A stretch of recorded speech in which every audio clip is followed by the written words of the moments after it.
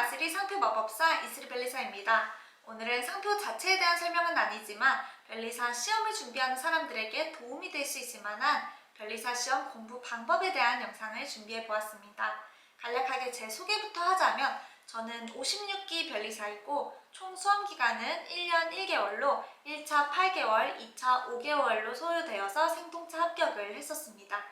공부 방법에 정답은 없지만 저는 저한테 맞는 방법들을 그래도 잘 선택을 했고 과감하게 포기할 부분들은 포기함으로 인해서 단기간에 합격을 했던 것 같아서 이러한 내용들을 조금 공유드리고자 하고요. 또한 저는 변리사 시험 진입을 결정하고 공부를 해나가는 과정에서 평범한 선택들을 했던 것 같지는 않아서 저렇게 진입해서 공부해도 이제 합격해서 잘 사는구나 한 예를 보여드리면 조금 도움이 되시는 부분이 있지 않을까 싶어서 본 영상을 제작하게 되었습니다. 크게 다음 목차로 이제 2편 정도로 설명을 드릴 텐데요.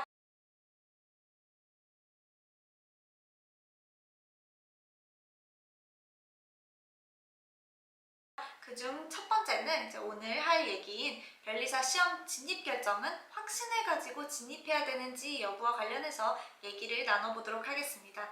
이제 거창한 것은 아니고요. 제가 인생을 살아오면서 어떻게 변리사 시험을 이제 진입하게 되었는지 조금 서사를 설명드리도록 하겠습니다. 이제 고등학교 때부터 대학교 들어가서 대학교 졸업하고 일도 했다가 또한 이제 이직하는 과정에서 변리사 시험에 진입하게 되었는데요. 이러한 과정들을 한번 이제 조금 그냥 썰 풀듯이 이제 살짝 가볍게 설명을 드려보도록 하겠습니다. 변리사 시험에 진입을 하게 되면 몇 년간은 이제 내 이전의 삶을 이제 거의 절단된 듯이 이제 완전히 다른 삶을 살게 되죠.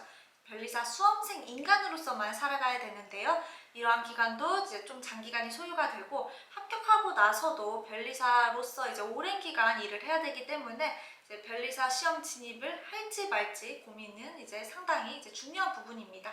그렇기 때문에 내가 변리사 시험 진입을 어떠한 마음가짐으로 얼마나 중대하고 이제 무거운 마음가짐으로 진입해야 되는지 이제 고민이 되실 수가 있을 텐데요. 이제 저 같은 경우에는 변리사 시험을 확신을 갖고 준비했다기보다는 정말 어쩌다 보니까 변리사가 되어서 여기까지 이제 살아오고 있다라는 표현이 이제 조금 적절할 것 같습니다. 저는 이제 변리사 시험 진입 전에는 변리사라는 직업 자체를 조금 잘 알지 못했던 편에 속하고요.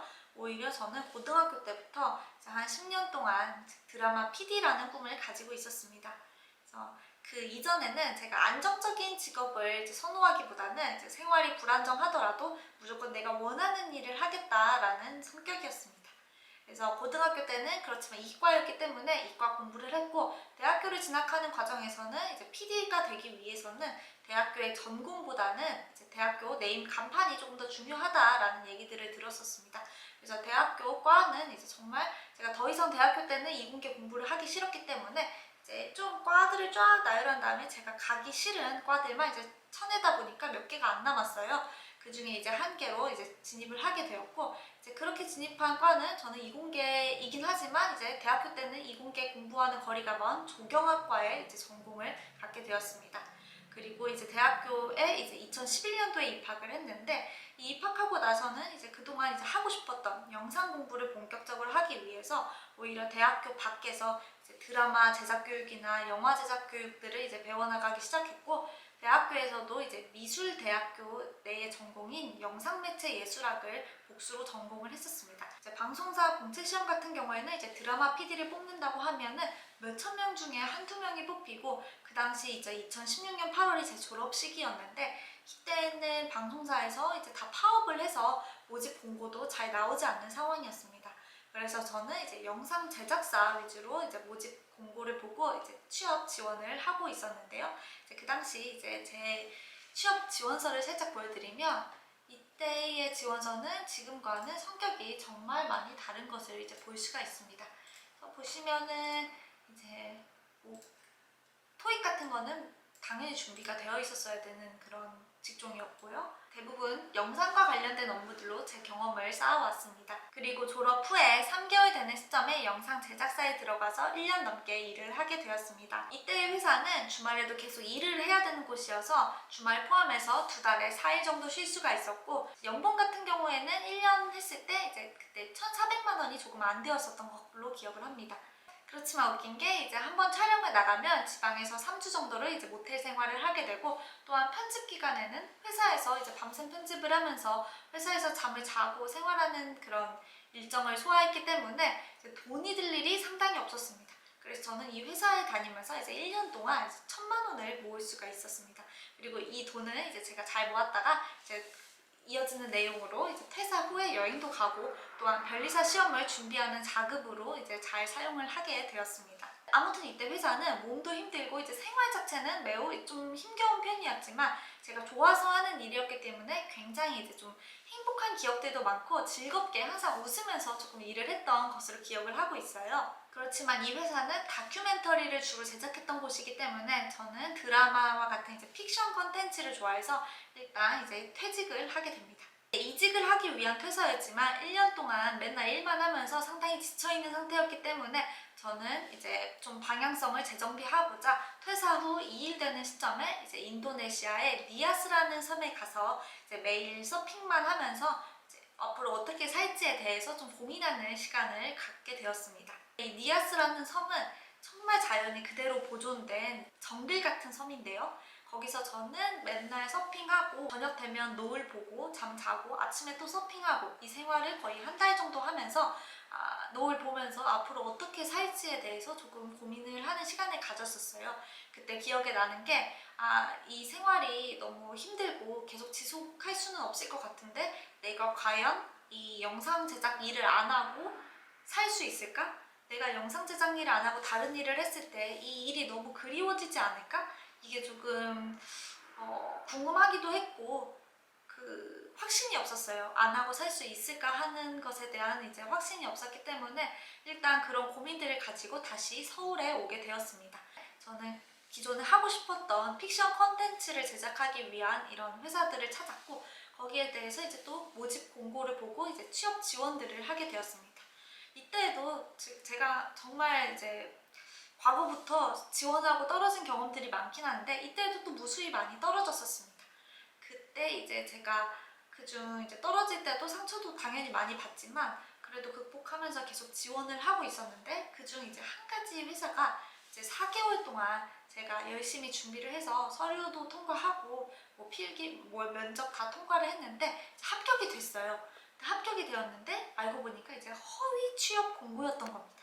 그래서 거의 취업 사기를 당한 것이었는데, 이제 간략하게 설명을 드리자면 저는 이제 해외에서 컨텐츠 제작하는 회사에 이제 막 미국 실리콘밸리였어요. 거기서 이제 꿈을 부풀어서 이제 제작하는 곳에 이제 지원을 해서 거기에 이제 다 필기 서류도 합격하고 이제 면접도 보고 다 했었는데, 알고 보니까 이 회사가 진짜 이제 미국에서 일할 사람, 원래 비자도 지원되고 한다고 했는데 그런 사람을 뽑으려고 했던 게 아니라 이제 그냥 저보고 한국에서 컨텐츠를 집에서 제작해서 그거를 거의 납품 형식으로 해달라고 하고, 그러면 왜 취업 공고는 그런 식으로 냈냐라고 이제 물어보니까 알고 보니까 이제 미국에서 한국에 들어올 일이 있는데 이 취업 박람회에 그런 취업 공고로 참가를 하게 되면 그러면 이제 비행기표가 지원이 된다라는 거예요.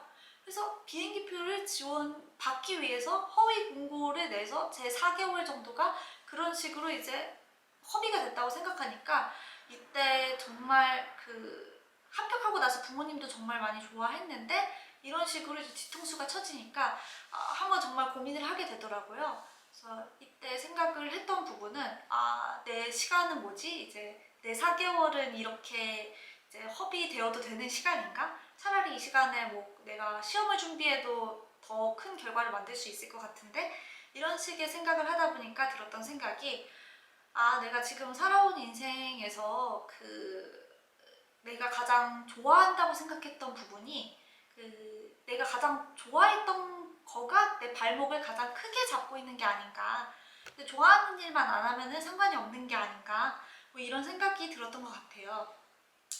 저 이때 정말 많이 지쳤었고, 그래서 어떻게 하지 하다가 이제 조금 안정적인 직업들에 눈을 돌리게 됐었던 것 같습니다. 그때 이제 또 과거로 돌아가면 제가 고등학교 시절에 수능을 펴서 한의학과에 이제 합격을 했던 적이 있는데, 항상 조금 심적으로 지치거나 안정적인 생활이 그리울 때 아, 그때 한의학과 그냥 갈 걸 그랬나? 이런 생각이 많이 들었었어요. 그래서 이때에도 이 생각들이 막 다시 생각이 나기 시작한 거죠. 그래서 저는 이제 재수학원에 전화를 해서 이제 상담을 받아보기 위해서 재수학원에 전화를 했었습니다. 근데 이제 하필 그때가 이제 상담 선생님이 퇴근을 하셨다 그래서 다시 전화를 하라고 했는데 그때가 금요일이었어요. 그래서 금요일이기 때문에 이제 월요일에 다시 전화해라 하니까 주말이 조금 비게 되는 거죠.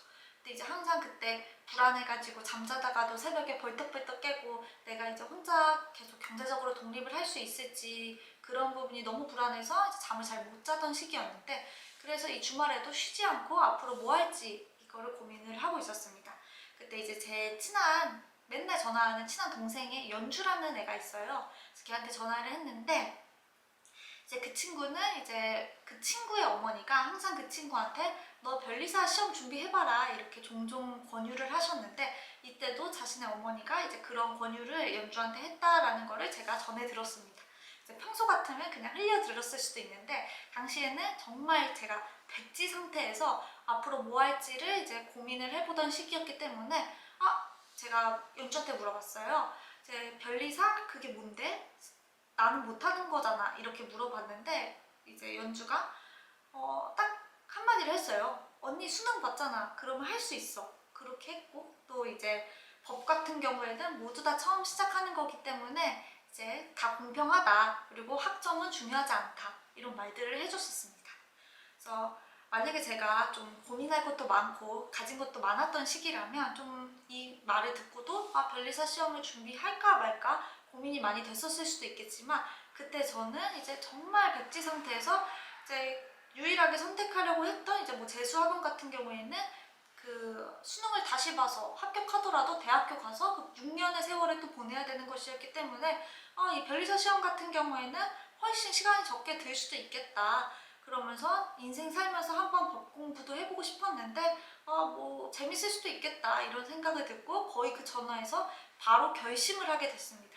그래서 이제 보통 그 전화를 듣고 찾아보면서 변리사 시험 나한테 맞을 수 있을까 아닐까 하면서 검토해보는 과정을 겪지 않고 그냥 그 전화를 끊고 그 변리사 시험 준비하기 위해 뭘 사야 되지 하면서 바로 이제 강의도 구매하고 이제 바로 그렇게 변리사 시험 준비에 들어가게 되었습니다. 그때의 마음가짐은 일단 민법만 구매를 했기 때문에 민법 강의를 수강하면서 얼마든지 내가 안 맞는다고 생각을 하면 뭐 어쩔 수 없지만 그만해야지 이제 잘 맞을까 안 맞을까 궁금해하면서 강의를 수강을 했었는데요. 정말 신기하게도 생전 처음 법 공부를 해보는 것이었는데 이제 너무 재밌고 또한 내용을 이제 설명을 해주시면 그게 이해가 조금 잘 돼서 이제 그렇게 계속해서 공부를 해나갈 수가 있게 되었습니다. 제가 이렇게 제 이야기를 조금 길게 해드린 이유는 저는 10년 넘게 이제 어떻게 보면 확신을 갖고 이제 준비를 해서 일을 한 이제 PD라는 직업은 이제 일을 오히려 해보고 나니까 조금 너무 힘들고 이제 조금 내가 계속 지속할 수 있을까 하는 측면에서 이제 어려움을 겪어서 다시 다른 일을 찾게 되었다면 오히려 이렇게 정말 얼떨결에 그냥 정말 빠른 시간 안에 그냥 해보자 하고 진입한 이제 변리사 같은 경우에는 이제 오히려 합격해서 지금 몇 년 차? 20, 21, 22, 23, 지금 5년 차 변리사인데 지금 아주 재밌게 잘 해나가고 있습니다. 그래서 이제 변리사 시험 전에 갖는 확신 같은 경우에는 저는 이제 크게 확신이 필요하진 않다고 생각합니다. 그렇지만 변리사 시험을 준비하면서 내가 이 시험에 안 맞으면 이제 결국에는 합격에도 무리가 있는 거고 합격 후에도 내가 싫어하는 일을 계속하는 그런 상황은 정말 인생에서 좀 큰 힘듦으로 다가오기 때문에 내가 이 시험과 이 시험 합격 후에 변리사로서의 삶이 나한테 잘 맞는지를 계속 체크를 해나가는 과정은 이제 필요하다고 생각합니다. 다만 이제 변리사 같은 경우에도 이제 단순히 변리사라는 큰 하나의 직업이 있는 게 아니라 그 안에서 특허, 상표, 디자인 이런 식으로 전문 분야가 있기 때문에 이제 특허가 안 맞는다는 경우에는 저처럼 이제 상표 전문 변리사가 될 수 있습니다. 저 같은 경우에는 특허를 수험 기간에도 정말 싫어했고 또한 이제 합격 후에 만약에 변리사로서 할 수 있는 분야가 특허밖에 없었다면 아마 계속 일을 하기는 어렵지 않았을까 싶습니다. 그렇지만 상표는 정말 잘 맞고 재미있어 하는 분야이기 때문에 이제 일을 할 때에도 항상 즐거움을 많이 느끼는 편입니다. 또 하나 말씀드리고 싶은 부분은 제가 변리사 시험 진입에 확신은 없었지만 저는 이제 시험을 준비하는 과정에서 내내 간절함은 있었습니다. 그래서 시험 진입은 얼떨결에 했지만 저는 시험 진입 후에 이제 1차 시험일까지는 단 하루도 공부를 쉬지 않았고 또 2차 시험일까지 이제 통틀어서 수험 기간에서는 총 쉰 횟수가 5회 미만일 것 같습니다. 그렇기 때문에 이제 확신은 없을 수 있겠지만 시험을 준비하는 그런 간절함은 필요한 그런 것이 이제 수험 기간 아닐까 싶습니다.